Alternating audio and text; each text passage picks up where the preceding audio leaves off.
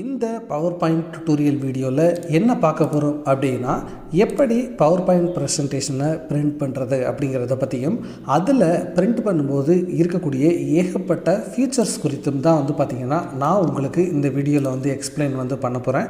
So இந்த வீடியோவை ஃபுல்லாக வாட்ச் பண்ணுங்கள். இதில் இருக்கக்கூடிய இன்ஃபர்மேஷன்ஸ் பார்த்திங்கன்னா உங்களுடைய ப்ரெசன்டேஷன் அவுட்புட்டை வெளியில் எடுக்கும்போது ரொம்ப ஹெல்ப்ஃபுல்லாக இருக்கும். ஸோ இந்த வீடியோவை ஃபுல்லாக வாட்ச் பண்ணி நீங்கள் ட்ரை பண்ணி பாருங்கள். நம்ம சேனலில் பவர் பாயிண்ட் குறித்து ஏற்கனவே ஏகப்பட்ட வீடியோஸ் போட்டுட்டு வந்துகிட்ருக்கோம். ஸோ அதோட பிளேலிஸ்ட் லிங்க் டிஸ்கிரிப்ஷனில் இருக்குது, அதையும் கிளிக் பண்ணி நீங்கள் வாட்ச் பண்ணுங்கள். நம்ம சேனலில் புதிதாக போடக்கூடிய வீடியோஸ் வேணும் அப்படின்னா சப்ஸ்கிரைப் பண்ணி நம்ம பெல் பட்டனை அழுத்தி வச்சுக்கோங்க. இது ஸ்ரீடெக் டாக்ஸ், நான் உங்கள் ஸ்ரீதரன். வாங்க நண்பர்கள், இப்போ நம்ம வீடியோக்குள்ளே போகலாம். ஸோ இப்போ இங்கே பார்த்தீங்க அப்படின்னா உங்களுக்கு சில ஸ்லைட்ஸ் ஒரு எக்ஸாம்பிளுக்காக வச்சுருக்கேன். ஸோ ஐடென்டிஃபிகேஷனுக்காக பேஜ் 1, பேஜ் 2, பேஜ் 3ன்னு சொல்லிட்டு நம்ம கேட்டகரைஸ் பண்ணியிருக்கோம். ஸோ இப்போ பிரிண்ட் பண்ணணும் அப்படின்னா அது எக்ஸலாக இருக்கட்டும், பவர் பாயிண்ட்டாக இருக்கட்டும், எதுவாக இருந்தாலும் பிரிண்ட் பண்ணணும் அப்படின்னா ஷார்ட்கட் கீ என்ன அப்படின்னு பார்த்தீங்கன்னா Ctrl P அப்படிங்கிறத அழுத்துனீங்க அப்படின்னா அந்த பிரிண்ட் அப்படிங்கிற ஆப்ஷன் உள்ள பேஜுக்கு போயிடும். இல்லை அப்படின்னா மேனுவலாக தான் போகணும் அப்படின்னா ஃபைலுக்கு போயிட்டு பிரிண்ட் அப்படிங்கிற ஆப்ஷன் இருக்கும், இதை கிளிக் பண்ணுங்கள். இதை கிளிக் பண்ணிங்க அப்படின்னா உங்களுக்கு இந்த மாதிரி ஒரு பேஜ் ஷோ ஆகும். இந்த சைடு பார்த்திங்கன்னா உங்களுக்கு ஷோ ஆகுறது ஃபுல்லாக பார்த்திங்கன்னா உங்களுக்கு ப்ரிவியூ ஷோ ஆகும். நீங்கள் இங்கே பண்ணக்கூடிய சேஞ்சஸ் அனைத்துமே பார்த்திங்கன்னா இங்கே ரிஃப்ளெக்ட் ஆகும். ஸோ இதுதான் பார்த்திங்கன்னா உங்களுக்கு பிரிண்ட்டு ஆகி வரக்கூடிய அவுட்புட்டாக இருக்கும். ஸோ இப்போ இங்கே பிரிண்ட் அப்படிங்கிற ஒரு ஆப்ஷன் இருக்கும். நீங்கள் இந்த செட்டிங்ஸ் எல்லாமே கிளிக் பண்ணிவிட்டு பிரிண்ட் அப்படிங்கிறத செலக்ட் பண்ணிங்க அப்படின்னா நீங்கள் இந்த வச்ச செட்டிங்ஸுக்கான அவுட்புட் உங்களுக்கு கிடைக்கும். எத்தனை காப்பீஸ் வேணுமோ அந்த நம்பர்ஸை இங்கே போடுங்க. அதே மாதிரி இங்கே பிரிண்டர் அப்படின்னு சொல்லிட்டு ஒரு ஆப்ஷன் இருக்கும். இந்த இடத்துல உங்களுடைய பிரிண்டரை நீங்கள் இணைச்சிருந்தீங்க உங்களுடைய பிசியில் அப்படின்னா அது உங்களுக்கு இங்கே ஷோ ஆகும். நீங்கள் அதை இங்கே கனெக்ட் பண்ணிவிட்டு பிரிண்ட் கொடுத்தீங்க அப்படின்னா இங்கே அவுட்புட் ஒரு பேப்பரில் பிரிண்ட் ஆகி வரும். இல்லை அப்படின்னா மைக்ரோசாஃப்ட் பிரிண்ட் டு பிடிஎஃப் அப்படிங்கிற ஆப்ஷனை செலக்ட் பண்ணிங்க அப்படின்னா உங்களுக்கு இந்த அவுட்புட் அப்படியே ஒரு பிடிஎஃப் ஃபைலாக கன்வெர்ட் ஆகி உங்களுக்கு வரும். ஸோ அதையும் நீங்கள் பிரிண்ட் அவுட் எடுத்துக்கலாம். இல்லைனா அதை யாருக்காவது சப்மிட் பண்ணணும்னா சப்மிட் பண்ணலாம். ஸோ இப்போ பாருங்கள், இந்த இடத்துல செட்டிங்ஸ் அப்படிங்கிறது இருக்கு இல்லையா, இதுதான் ரொம்ப முக்கியமானது. ஸோ இதில் இதை first setting print all slides தான் எப்போவுமே டிஃபால்ட்டாக இருக்கும். இதை நீங்கள் கிளிக் பண்ணிங்க அப்படின்னா பிரிண்ட் ஆல் ஸ்லைட்ஸ்ன்னு இருக்கும். இப்போ நீங்கள் பிரிண்ட் பண்ணிங்க அப்படின்னா எல்லா ஸ்லைடுமே பார்த்திங்கன்னா உங்களுக்கு பிரிண்ட் ஆயிரும். இப்போ பாருங்கள், எக்ஸாம்பிள் 1 அப்படின்னு சொல்லிட்டு நான் பிரிண்ட் பண்ணுறேன். ஓகேங்களா? இப்போ பாருங்கள்,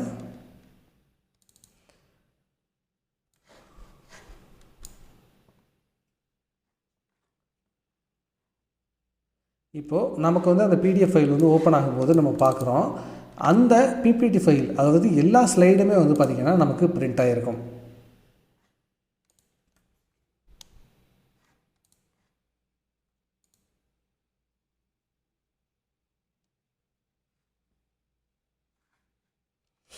பார்த்திங்கன்னா தெரிஞ்சிருக்கும், எல்லா ஸ்லைடுமே பிரிண்ட் ஆகிருக்கும். அதாவது ஒரு பேஜுக்கு ஒரு ஸ்லைடு அப்படிங்கிற மாதிரி பிரிண்ட் ஆகிருக்கும். ஓகேங்களா? இப்போது நம்ம என்ன பண்ண போகிறோம் அப்படின்னா இப்போது அடுத்த ஆப்ஷன் என்ன இருக்குது அப்படின்னு சொல்லிட்டு நம்ம பார்க்கலாம். இப்போது அடுத்த கிளிக் பண்ணிங்க அப்படின்னா பிரிண்ட் செலெக்ஷன் அப்படின்னு சொல்லிட்டு ஒரு ஆப்ஷன் இருக்கும். இதுக்கு என்ன மீனிங் அப்படின்னா இந்த இடத்துல நீங்கள் வைக்கும்போதே உங்களுக்கு இந்த இடத்துல ஒரு இன்ஃபர்மேஷன் இருக்கும். அது என்னென்னா நீங்கள் ஒரு செலக்டட் ஸ்லைட்ஸை தான் பிரிண்ட் அவுட் பண்ணணும் அப்படின்னா இந்த இடத்துல நீங்கள் ஒரு சில நம்பர்ஸை அதாவது ஸ்லைடோட நம்பரை பார்த்திங்கன்னா கமா இல்லைன்னா பார்த்திங்கன்னா இந்த கண்டினியூஷன் இதில் போட்டிங்க அப்படின்னா உங்களுக்கு அது மட்டும் பிரிண்ட் ஆகிறத இப்போ நீங்கள் பார்க்க முடியும். இப்போ பாருங்கள், நான் ஃபார் எக்ஸாம்பிள் இந்த இடத்துல 1 அப்படின்னு போடுறேன். அதே மாதிரி கமா போட்டு 3, அதே மாதிரி 6 அப்படிங்கிறத போடுறேன். இப்போ பாருங்கள், ஃபஸ்ட்டு ஸ்லைடு செலக்ட் ஆகிருக்கு. அதுக்கடுத்து பார்த்திங்கன்னாவே டேரெக்டாக செகண்ட் பேஜ் வந்திருக்கு. ஏன்னா 3ன்னு போட்டிருக்கேன். பேஜ் 1 வரல பார்த்தீங்களா. நெக்ஸ்ட் பார்த்திங்கன்னா பேஜ் 5. ஸோ இந்த 3 ஸ்லைடு தான் செலக்ட் ஆகிருக்கு. ஸோ இந்த மாதிரி நீங்கள் பண்ணலாம். இல்லை அப்படின்னா இந்த பாருங்கள், இப்போ 3 to 6 இப்படிங்கிறதையும் போட்டு நீங்கள் செலக்ட் பண்ணலாம். இப்போ பாருங்கள், 3வது ஸ்லைடுலேருந்து 6வது ஸ்லைடு வரைக்கும் செலக்ட் ஆகிருக்கிறத நீங்கள் பார்க்க முடியும். ஸோ அதே மாதிரி பார்த்திங்கன்னா அடுத்து பிரிண்ட் கரண்ட் ஸ்லைடு அப்படின்னா நீங்கள் கரண்ட்டாக வச்சுருக்கக்கூடிய ஸ்லைடு உங்களுக்கு பிரிண்ட் ஆகும். ஓகேங்களா? ஒரு ஸ்லைடு மட்டும்தான் பிரிண்ட் ஆகும். அதற்கு அடுத்து பார்த்திங்கன்னா கஸ்டம் ரேஞ்ச். ஸோ கஸ்டம் ரேஞ்சும் அந்த செலெக்ஷன் இருக்குது பார்த்திங்களா, அதுவும் கிட்டத்தட்ட சேம் மாதிரி தான். ஸோ உங்களுக்கு ஏதாவது அந்த இதில் எப்படி டைப் பண்ணுறது அப்படிங்கிற டவுட் இருந்துச்சு அப்படின்னா இந்த இடத்துல இடத்துல ஒரு ஹெல்ப் லிங்க் வந்து இருக்கும். இதை வந்து கிளிக் பண்ணி பார்த்தீங்கன்னாவே எப்படி ரேஞ்சை வந்து என்ட்ரு பண்ணணும் அப்படிங்கிறத ரொம்ப தெளிவாக வந்து உங்களுக்கு சொல்லியிருப்பாங்க. ஸோ இப்போ பாருங்கள், நம்ம பிரிண்ட் செலெக்ஷன் வைக்கிறோம். இப்போது 2, 5, 4, 6 அப்படிங்கிறத வந்து செலக்ட் பண்ணிட்டோம். ஓகேங்களா, இப்போ செலக்ட் ஆயிடுச்சுன்னு வச்சுக்கலாம். அதற்கு அடுத்து பாருங்கள், ஃபுல் பேஜ் ஸ்லைட்ஸ் அப்படிங்கிறது வந்து இருக்கும். இதுக்கு என்ன மீனிங் அப்படின்னா, ஒரு ஸ்லைடு ஒரு பேஜில் தான் வந்து அப்படியே ஃபுல்லாக வந்து இருக்கும். இப்போ ஒரு சில பேர் என்ன நினைப்பீங்க அப்படின்னா, 2-3 ஸ்லைடை ஒரே பேஜில் வந்து இது பண்ணணும், இல்லைனா 2 ஸ்லைடை ஒரே பேஜில் பண்ணணும்னு நினைப்பீங்க. அப்படி பண்ணணும்னு நினைக்கிறவங்க என்ன பண்ணலாம் அப்படின்னா, இந்த ஆப்ஷனை கிளிக் பண்ணுங்கள். உங்களுக்கு பார்த்தீங்கன்னா ஏகப்பட்ட ஆப்ஷன்ஸ் இருக்கும். இதில் ஹேண்ட் அவுட்ஸ் அப்படின்னு சொல்லிட்டு இருக்குல்ல, 2 ஸ்லைட்ஸ் அப்படிங்கிறது வந்து கொடுத்தீங்க அப்படின்னா, ஒரு பேஜ்லேயே வந்து பார்த்தீங்கன்னா 2 ஸ்லைடு இருக்கிறத நீங்கள் பார்க்க முடியும். இல்லை 3 ஸ்லைட்ஸ் வேணும்னா 3 ஸ்லைட்ஸை வந்து நீங்கள் செலக்ட் பண்ணலாம். ஸோ இந்த மாதிரி வந்து நீங்கள் பண்ண முடியும். இதில் எது ஷோ ஆகணும் அப்படிங்கிறதுக்கு இதை வந்து நீங்கள் டிக் பண்ணி எடுத்து விட்டிங்கன்னா அந்த மாதிரி பண்ணிக்கலாம். அதற்கு அடுத்து வந்து பார்த்திங்கன்னா மேலே ஃபுல் பேஜ் ஸ்லைட்ஸ் அப்படிங்கிறது இருக்கும். இது என்ன மீனிங்னா, ஒரு ஸ்லைடு வந்து ஒரு பேஜ் ஃபுல்லாகவே வந்து கவர் ஆகும். இதுதான் டிஃபால்ட்டாக வந்து இருக்கிறது.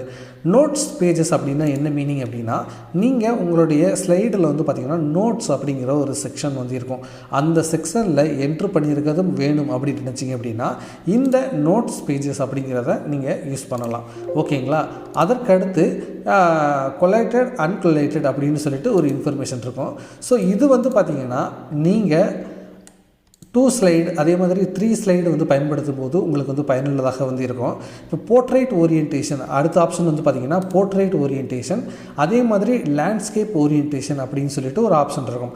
நீங்கள் நார்மலாக ஃபோட்டோ எடுக்கும்போதே வந்து இதை வந்து ஃபீல் பண்ணியிருப்பீங்க, இந்த வேர்ட்ஸை வந்து கேட்டிருப்பீங்க. ஸோ நார்மலாக போர்ட்ரேட் தான் இருக்கும். லேண்ட்ஸ்கேப் அப்படின்னா என்ன அப்படின்னு வந்து பார்த்திங்கன்னா இந்த மாதிரி இருக்கும். ஆர்டர் வந்து பார்த்திங்கன்னா சைஸ் வந்து பார்த்திங்கன்னா இந்த மாதிரி இருக்கும். ஸோ போர்ட்ரேட் அப்படின்னா வந்து பார்த்திங்கன்னா உங்களுக்கு இந்த ஆங்கிளில் வந்து இருக்கும். அதே மாதிரி ஃபைனலாக ஒரு ஆப்ஷன் இருக்கும். இது என்ன அப்படின்னா கலரில் இருக்கும்.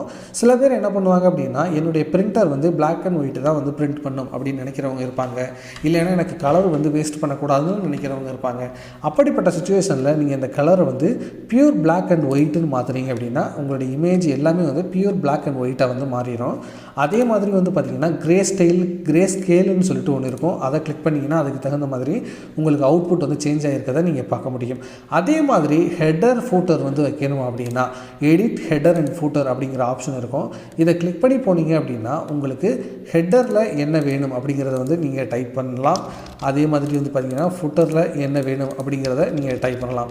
ஸோ அப்ளை டு ஆல் கொடுத்தீங்க அப்படின்னா இந்த இடத்துலையும் காப்பி ஆகிருக்கு, அதாவது பேஸ்ட் ஆகிருக்கிறது உங்களுக்கு வந்து தெரியும். ஸோ நீங்கள் பிரிண்ட் பண்ணும்போது அந்த மாதிரி வந்து பிரிண்ட் ஆகும். நான் வந்து எக்ஸாம்பிளுக்காக FFன்னு போட்டேன். உங்களுக்கு ஹெட்டர்லையும் ஃபூட்டர்லையும் என்ன வேணுமோ அதை நீங்கள் டைப் பண்ணீங்க அப்படின்னா அதை அப்ளை டு ஆல் கொடுத்தீங்க அப்படின்னா எல்லா ஸ்லைடுக்குமே வந்து அப்ளை ஆகிரும். ஸோ இந்த மாதிரி தான் நீங்கள் பிரிண்ட் பண்ணும்போது இருக்கக்கூடிய பல்வேறு ஆப்ஷன்களை பயன்படுத்தணும். ஸோ இதில் இருக்கக்கூடிய மோஸ்ட் ஆஃப் த அந்த ஆப்ஷன்ஸ் எல்லாமே வந்து பார்த்திங்கன்னா மைக்ரோசாஃப்ட் எக்ஸல், வேர்டு எல்லாத்துக்குமே வந்து யூஸ்ஃபுல்லாக வந்து இருக்கும். ஸோ இதெல்லாமே வந்து நீங்கள் ரியல் டைமில் வந்து அப்ளை பண்ணி பாருங்கள். உங்களுக்கு வேறு ஏதாவது டவுட்ஸ் இருந்துச்சு அப்படின்னா அதை கமெண்ட் செக்ஷனில் கேளுங்க. கண்டிப்பாக நம்மளுடைய மற்ற வீடியோஸையும் வந்து வாட்ச் பண்ணுங்கள். நம்ம தொடர்ச்சியாக வீடியோஸ் வந்து போட்டுட்ருக்கோம். ஸோ உங்களுடைய சப்போர்ட் அப்படிங்கிறது நம்ம சேனலுக்கு ரொம்ப ரொம்ப அவசியம். சப்ஸ்கிரைப் பண்ணி இணைந்திருங்கள். தேங்க்ஸ் ஃபார் வாட்சிங். இது ஸ்ரீ டெக் டாக்ஸ். நான் உங்கள் ஸ்ரீதரன். வணக்கம்.